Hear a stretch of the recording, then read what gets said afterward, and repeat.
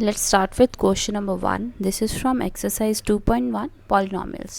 तो स्टार्ट करते हैं क्वेश्चन नंबर 1 से. क्वेश्चन पूछा है कि कौन सा ऐसा एक्सप्रेशन है, इसमें से 5 पॉइंट्स दिए हुए हैं हमें, और हमने पूछा है कि कौन सा पॉलिनॉमियल हो सकता है in one variable. One variable होना ज़रूरी है उसका, and which are not. State reason for your answer. तो सबसे पहले तो हमें ये पता होना चाहिए कि पॉलिनॉमियल क्या होते हैं.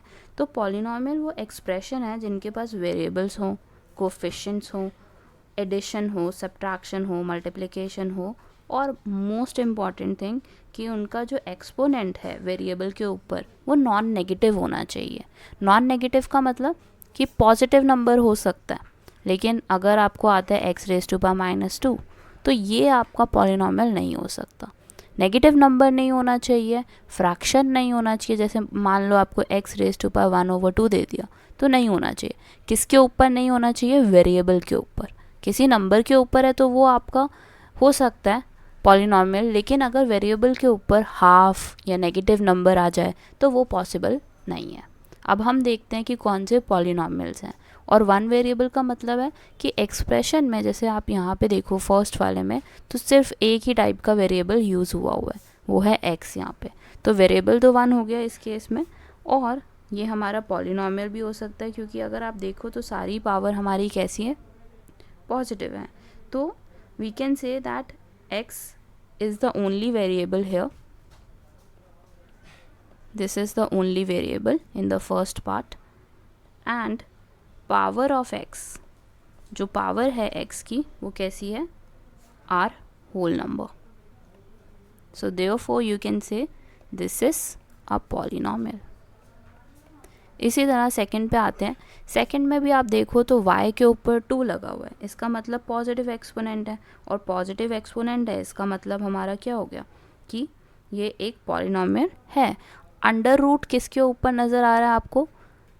नंबर के ऊपर नज़र आ रहा है, इस वजह से वो क्या होगा? फिर भी पॉलिनॉमियल होगा. वेरिएबल के ऊपर अंडर रूट नहीं है, तो इस वजह से ये वेरिएबल ही, मतलब ये हमारा पॉलिनॉमियल ही रहेगा. तो आप क्या लिखोगे? y is the only variable. एक ही टाइप ऑफ वेरिएबल यूज़ हुआ है यहाँ पे, तो वन वेरिएबल हो जाएगा ये. And you can write power of y is a whole number. तो इसका मतलब क्या हो गया कि ये जो हमारा एक्सप्रेशन है वो पॉलिनॉमियल है. इसी तरह थर्ड पार्ट पे मूव करते हैं. थर्ड पार्ट में देखो तो आपको समझ आ जाएगा कि ये पॉलिनॉमियल नहीं है. क्यों नहीं है? क्योंकि अगर यहाँ पे आप देखो तो t की पावर क्या है? हाफ है. और मैंने आपको इनिशियली यही बता दिया था कि आपकी कभी भी पावर होल नंबर के सिवाय नहीं हो सकती. जैसे कि फ्रैक्शन नहीं हो सकता, जैसे कि नेगेटिव नंबर नहीं हो सकता. तो इस चीज़ का आपको ध्यान रखना है. तो ये जो एक्सप्रेशन है, it is not a polynomial. Why? Because you can see that t has a half as a exponent. Let's move to fourth part now. It is y plus 2 over y.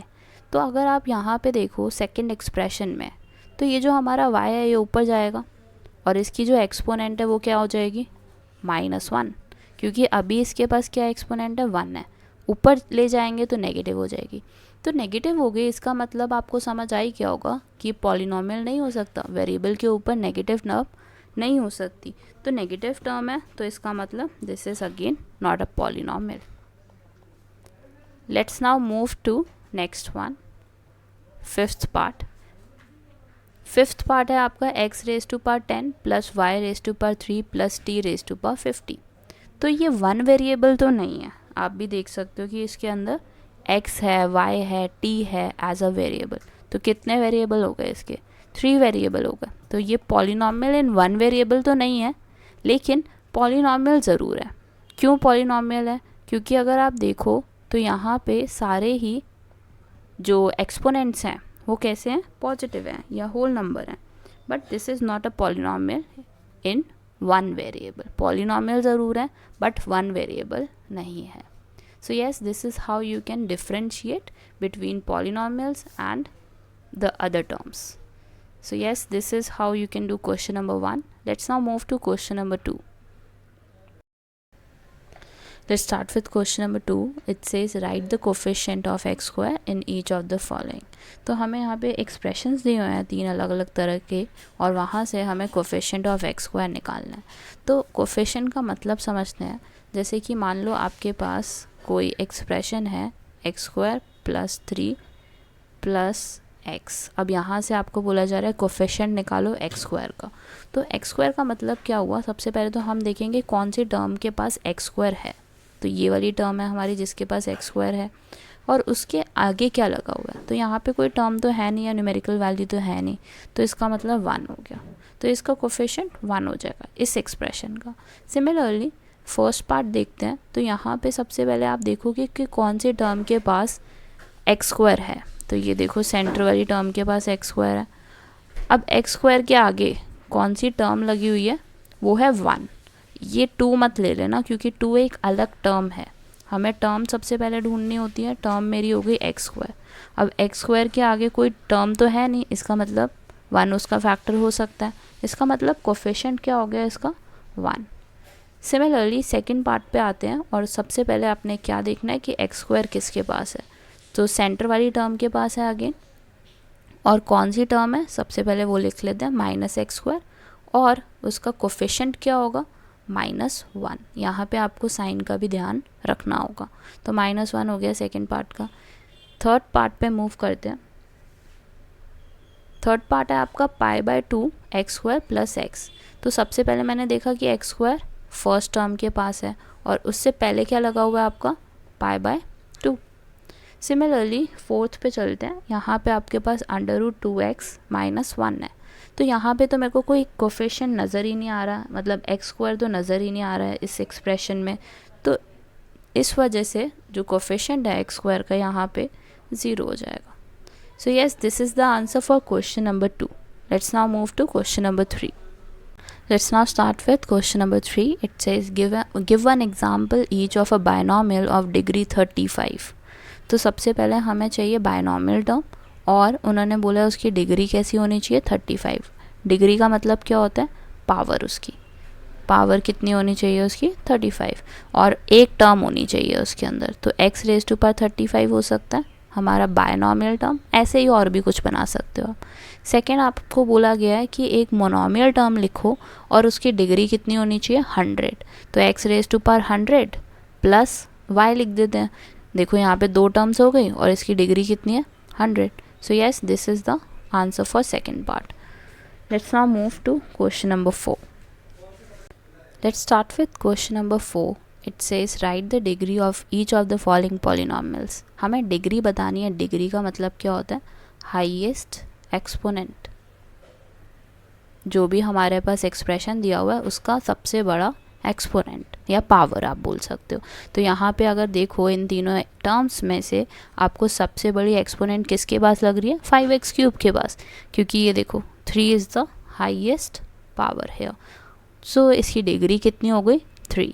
Similarly second में देखते हैं. तो यहाँ पे इसकी highest degree कितनी हो गई, इट इज़ 2. थर्ड में देखो तो आपके पास यहाँ पे t है. t के ऊपर कोई पावर नहीं लगी हुई थी, इसका मतलब 1 है. तो डिग्री इसकी कितनी हो गई 1. फोर्थ वाला देखो तो ये एक आपका नंबर है सिर्फ, यहाँ पे कोई वेरिएबल दिया ही नहीं हुआ. तो इसकी डिग्री कैसे बताओगे, आपने क्या करना है, एक वेरिएबल इंट्रोड्यूस करना है, और ऐसे करना है कि 3 पे कोई इफेक्ट ना पड़े. तो x⁻0 लिख सकते हैं, क्योंकि x⁻0 क्या होता है हमारा 1 होता है. तो इसकी डिग्री कितनी हो गई 0. कोई भी नंबर आ जाए आपके पास, जैसे 9 आ गया, 3 आ गया, 4 आ गया, 5 आ गया, उसकी डिग्री हमेशा क्या होगी 0. क्योंकि उसके साथ अगर आप कोई वेरिएबल इंट्रोड्यूस करोगे तो x⁻0 लिखोगे, या कोई भी वेरिएबल ⁻0 लिखोगे. So the degree is 0. Yes, this is the answer for question number 4. Let's now move to question number 5. Let's now start with question number 5. It says classify the following as linear, quadratic and cubic polynomial. तो यहाँ पे linear, quadratic और cubic का मतलब क्या है. linear तब होती है हमारा polynomial जब उसकी डिग्री 1 हो. quadratic तब होता है जब उसकी डिग्री 2 हो. cubic तब होता है जब उसकी डिग्री 3 हो. तो डिग्री का मतलब तो आप लोगों को पता ही है क्वेश्चन नंबर 4 से. उसका मतलब क्या है, हाईएस्ट पावर. अब यहाँ पे हाईएस्ट पावर कितनी है इसकी 2. डिग्री कितनी है इसकी 2. तो इसका मतलब इसका नाम क्या हो जाएगा क्वाड्रेटिक। सिमिलरली सेकंड पे चलते हैं और यहाँ पे डिग्री कितनी है आपकी 3, हाईएस्ट पावर इज़ 3, तो आपका पॉलिनॉमियल क्या हो जाएगा cubic. Let's see the third one. Third one में क्या दिख रहा है आपको, डिग्री कितनी है इसकी, इट इज़ 2, तो that means it is quadratic. Fourth में देखो डिग्री कितनी है इसकी 1, क्योंकि अगर आप देखो x के ऊपर कोई पावर नहीं है इसका मतलब 1 है, that means this is linear polynomial. Fifth पे आते हैं, डिग्री क्या है इसकी 1 अगेन, क्योंकि t के ऊपर कोई पावर नहीं थी इसका मतलब 1 है, तो हमारा ये कौन सा पॉलिनॉमियल हो गया लीनियर। इसकी पावर कितनी है 2, डिग्री इज़ 2, तो इसका मतलब क्या हो गया कि हमारे पास कौन सा टाइप ऑफ पॉलिनॉमियल है, क्वाड्रेटिक। लास्ट देखो तो इसकी डिग्री आपको नज़र आ रहा है 3 है, डिग्री इज़ 3, और आपका पॉलिनॉमियल कौन से टाइप का हो जाएगा, cubic polynomial. So yes, this is how you have to identify quadratic, linear and cubic polynomial. So yes, this is the answer to all the questions of question number 5. Let's now start with next exercise, which is exercise 2.2.